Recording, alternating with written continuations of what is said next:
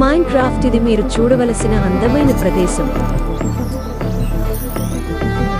సృష్టికే అసలంతు చిక్కని అందాలనందుకున్నా ఆశ్చర్యమే నింగికి నేలకి మధ్య ఊయలుగుతున్నా ఇన్ని వింతలన్నీ ఒక్క ఈ చోటే చేరాయేలా